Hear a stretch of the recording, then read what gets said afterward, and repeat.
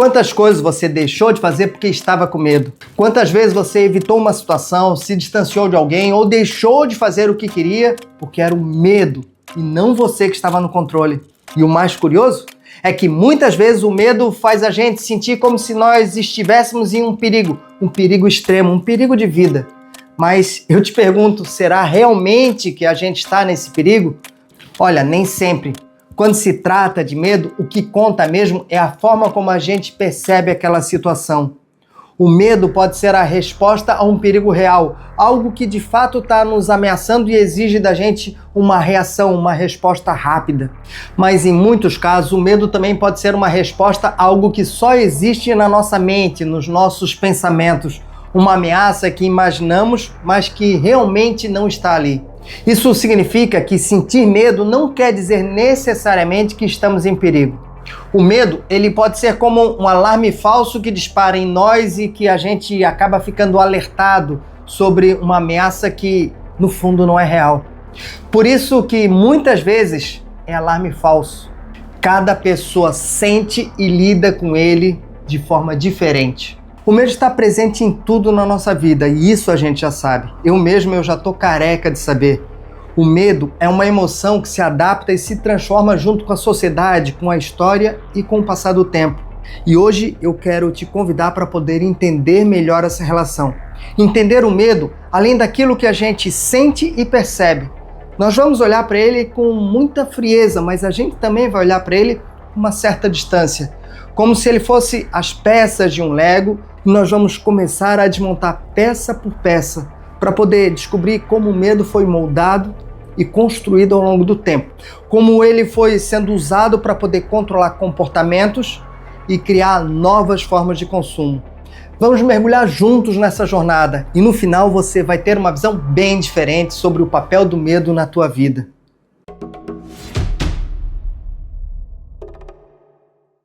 Olá, seja bem-vindo e bem-vinda ao projeto Sem Medo de Ser. Eu sou Rui de Oliveira, sou psicólogo clínico e eu te ensino a vencer o medo e a ansiedade usando essas duas emoções a seu favor.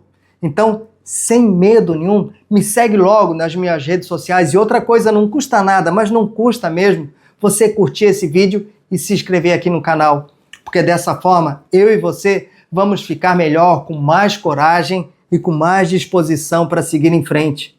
Agora, pensa comigo. Desde o início da história humana, o medo sempre esteve presente. Ele não é novo, muito pelo contrário, ele foi essencial para a nossa sobrevivência. Imagina os nossos antepassados diante de animais selvagens, tempestades violentas e perigos reais e tudo aquilo que acontecia quando eles viviam lá nas savanas africanas. Naquela época, o medo preparava a galera das cavernas para poder lutar ou para poder fugir. E na maior parte do tempo, eles fugiam ou eles se escondiam. E quer saber mais? Foi por isso que os seres humanos se organizaram, se desenvolveram e evoluíram. Foi o medo que nos manteve vivos. Mas o que é mesmo interessante é ver como essa emoção ela evoluiu com o passar do tempo, com o passar dos séculos. Na Grécia Antiga, o medo ele era uma força imponente, algo palpável que cercava as pessoas a todo instante.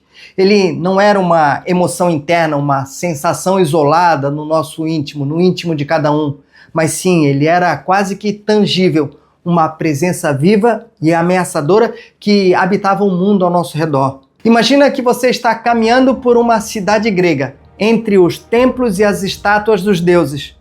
O medo ali ele não era somente uma reação pessoal, ele era um ser de forma, ele tinha propósito, uma energia que precisava ser apaziguada, acalmada para poder garantir a ordem e poder garantir que a vida fosse mantida por todo o povoado, todos aqueles habitantes. Phobos, o deus do medo, ele era venerado e ele era temido. O medo não era só uma ideia, ele tinha um rosto, ele era companheiro das batalhas. Porque nos tempos da guerra, a presença de Phobos era invocada e temida no campo de batalha. Os guerreiros pediam proteção aos deuses para poder não morrer no campo de batalha pelo medo. Eles acreditavam que Phobos podia desequilibrar as forças e decidir o resultado da batalha. Se Phobos estivesse com você, ele iria aterrorizar todos os teus inimigos. E era por isso que os guerreiros iam com tudo para a guerra. Quem acreditasse que o Deus do medo estava do seu lado, tinha certeza que venceria qualquer inimigo. Então, me diz aí, quem iria ousar enfrentar a ira do Deus do medo? A cada tempestade, a cada trovão ou sinal da natureza, os gregos acreditavam que a fúria divina estivesse caindo sobre eles. Esse medo, ele podia ser acalmado com os rituais, com oferendas e com sacrifícios, mas ele nunca desaparecia completamente. Ele vivia em cada ritual, em cada oração que era feita na tentativa de manter os deuses em paz. E esse temor, ele era, na verdade, um lembrete constante, um lembrete de uma ameaça constante de que as forças que regiam o mundo estavam no controle dos mortais. Cada detalhe do dia a dia, das cerimônias, tudo isso reforçava a ideia de que o medo vinha de fora, o medo vinha da vontade dos deuses e que a qualquer momento ele poderia se manifestar. Para as pessoas daquela época, o medo representava as forças superiores e incontroláveis que dominavam a vida e a morte. Já na Idade Média, esse medo mudou de direção. Com o avanço do cristianismo, o medo foi gradualmente absorvido para o interior das almas. Ele já não vinha das forças externas, mas ele vinha de um espaço muito mais profundo, a mente e o coração de cada pessoa. Imagina uma sociedade onde o pecado era visto como uma sentença de condenação para toda a eternidade. As pessoas passavam a temer o que havia de mais íntimo dentro de si mesmas, que eram os próprios pensamentos, os próprios desejos e todas as falhas de caráter. Eles acreditavam que o diabo e os seus demônios rondavam o espírito humano, tentando desviar a alma do caminho da salvação. Era um medo que não se podia ver e nem se afastar com os rituais externos. Ele morava ali dentro de cada um. A Inquisição intensificou esse pavor. Agora o medo não vinha mais das forças da natureza ou dos deuses, mas da própria essência humana. Bastava um pensamento, bastava um desejo impuro ou uma dúvida contra a fé e a pessoa já seria um herege e ela seria condenada. Essa pessoa ela passaria a ser pecadora e ela estaria abrindo um caminho para o diabo poder entrar. Os julgamentos, a tortura e a fogueira da Inquisição não era apenas uma punição. Era uma advertência, era um despertar do medo que todos carregavam dentro de si. Cada um era o seu próprio guardião, vigiando a si mesmo para poder não cair nas garras do mal. O medo ele estava em cada palavra, em cada ato. Ele morava na alma, enraizado no íntimo de cada pessoa e não tinha para onde escapar. Na Idade Média, o medo era uma luta invisível e constante, uma vigilância sem fim contra as próprias fraquezas e a certeza de uma condenação eterna. Hoje nós estamos em um outro momento. O medo ainda existe, mas de um jeito que é muito mais complexo. É bem verdade que vem ganhando força a ideia de salvar as pessoas em nome da fé. Muitos vivem assustando as pessoas pelo medo. Algumas religiões usam medo para poder atrair e para poder manter os seus fiéis seguidores. Às vezes até parece que a gente está voltando para a Idade das Trevas, parece que a gente está voltando lá para a Idade Média, onde o medo reinava dentro da gente. Mas não tem como negar, isso é um fato, que estamos vivendo um mal-estar constante, que se manifesta como ansiedade, como estresse, como depressão. Não tem mais uma única causa que pode provocar o medo, que pode impor esse medo. Não tem mais uma única figura que vem do Olimpo, de algum lugar, assustando e aterrorizando a gente. Agora o medo ele está em todo lugar. Ele está na violência das cidades, ele está no preconceito, ele está na intolerância, ele está na falta de dinheiro. Estamos constantemente buscando nos proteger, mas também, ironicamente, estamos cada vez mais isolados. A segurança, ela virou obsessão.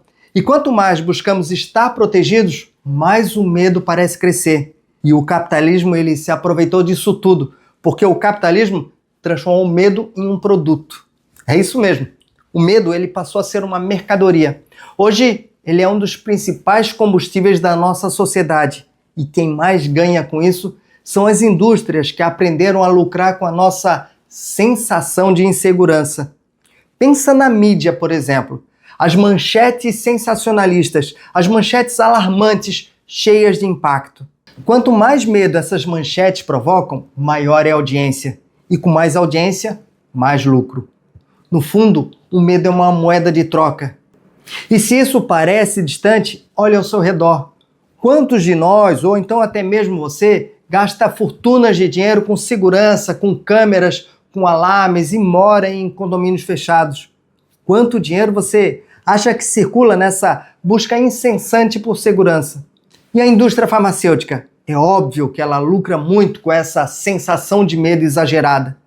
Todos os dias surgem novos medicamentos que prometem resolver os nossos problemas emocionais, controlar a nossa ansiedade e suprimir por completo todo o medo que a gente sente. E com o medo sendo tratado como uma doença, a solução oferecida de maneira instantânea e rápida, porém viciante e degradante, é a medicalização. Mas será que estamos realmente lidando com o problema ou só colocando um curativo em cima dele? O medo foi transformado em algo que nos influencia a consumir, a tomar decisões baseadas em uma sensação de insegurança. E assim ele está presente cada vez mais na nossa vida. E sabe por quê? Porque ele é fabricado, ele é empacotado e ele é vendido para você. E agora eu te pergunto, como você se sente ao perceber isso? Será que estamos mesmo no controle ou estamos sendo levados por um mercado que lucra em cima dos nossos medos? Ninguém quer ser controlado, mas parece que queremos controlar tudo, que queremos ter tudo sobre o nosso controle. Tem um vídeo aqui no canal onde eu questiono se você é controlado pela sua vida ou se você controla ela. Eu vou deixar o link aqui na tela em algum lugar e eu também vou deixar aqui embaixo na descrição. E como sempre, já aproveita e manda esse vídeo para alguém. Pode ser que ao fazer isso você vai estar ajudando uma pessoa que está precisando muito. Ah, e voltando, outra coisa que a gente precisa entender é que o medo ele não vem marcado dentro da gente. Nós não nascemos com ele como se fosse um registro biológico ou uma herança transmitida do nosso pai ou da nossa mãe. E ele não é apenas uma reação do nosso corpo, algo que a gente está vendo. Ele é também construído socialmente e culturalmente. Desde pequenos aprendemos a ter medo de certas coisas. Quem nunca teve medo do escuro? Ou então quem nunca teve medo de estranhos? Esses medos eles foram transmitidos a nós pelos nossos pais, pela sociedade e por meio de histórias e experiências de vida. Quando a gente era criança, os adultos eles ficavam cheios de medo na nossa frente. E todo aquele clima de medo, aquela sensação de medo, a gente assistia e aprendia tudo, aprendia com eles. Eles ficavam com muito medo diante da violência urbana. Eles ficavam com muito medo diante da morte e até mesmo de animais. E para muitos, eles tinham medo até de barata. E a gente foi aprendendo a associar todas essas reações dos adultos ao medo. E mesmo que o perigo ele não fosse real, a gente começava a amplificar todos esses medos. E eles se tornaram parte de quem somos, moldando a nossa personalidade e o nosso comportamento, limitando as nossas escolhas. E aí vem a grande pergunta: quantos desses medos são realmente necessários? Quantos deles estão aqui só porque nos ensinaram a ter medo? Uma forma interessante de entender isso é dividir o medo em 3 grandes grupos. Primeiro, temos medo de perder. Esse é o medo que envolve as coisas que consideramos valiosas, a nossa saúde, os relacionamentos, o nosso trabalho. A morte é o exemplo mais claro desse medo, porque ela simboliza a perda de tudo aquilo que nós conhecemos. É o medo mais intenso que existe. Mas ele se manifesta de várias formas, como o medo de perder o emprego, de perder alguém próximo, de perder a própria saúde. Esse medo ele é poderoso porque ele está ligado a tudo aquilo que nos é importante, inclusive tudo aquilo que é essencial. O segundo grupo é o medo de fracassar. Esse é o medo de sermos julgados pelos outros, de não sermos bons o suficiente. Quantas vezes você deixou de tentar algo porque tinha medo de ser julgado, porque não queria fracassar? Esse é o medo que nos impede de nos abrir, de tentar algo novo. Ele nos limita porque o fracasso parece que vai expor todas as nossas falhas e nos torna vulneráveis aos olhos dos outros. Temos agora o grupo de medos do processo. Esse medo surge quando estamos em situações transitórias, em momentos de incerteza, quando o percurso é desafiador e desconhecido. Ele é o medo do próprio caminho, de encarar algo novo, algo que está em andamento e que a gente não tem controle completo. Um exemplo seria o medo de iniciar um novo trabalho em uma área que é desconhecida para a gente. Não é o destino de ser bem-sucedido ou de ser um fracassado que necessariamente causa um medo imediato, mas sim a travessia, a jornada, as incertezas do dia a dia. Aprender novas habilidades, enfrentar desafios diários e estar constantemente fora da zona de conforto. Esse tipo de medo nos coloca à prova, mas por outro lado, ele também nos desafia a seguir em frente, mesmo sem ter uma garantia de um final feliz. Então, como esses medos afetam você? Quantas vezes você evitou uma oportunidade por causa do medo de fracassar? Ou quantas vezes você deixou de experimentar algo novo por causa do medo do processo? Mas se eu te falar que o medo ele não precisa ser o teu inimigo, que ele pode, na verdade, ser um aliado poderoso. Entender o medo profundamente, conhecer as suas origens vai ser fundamental para que você possa usá-la a seu favor. Quando você compreende o que te amedronta, você começa a ter mais controle sobre as suas reações. O medo pode ser a diferença que falta para você poder dar o próximo passo com coragem e com sabedoria.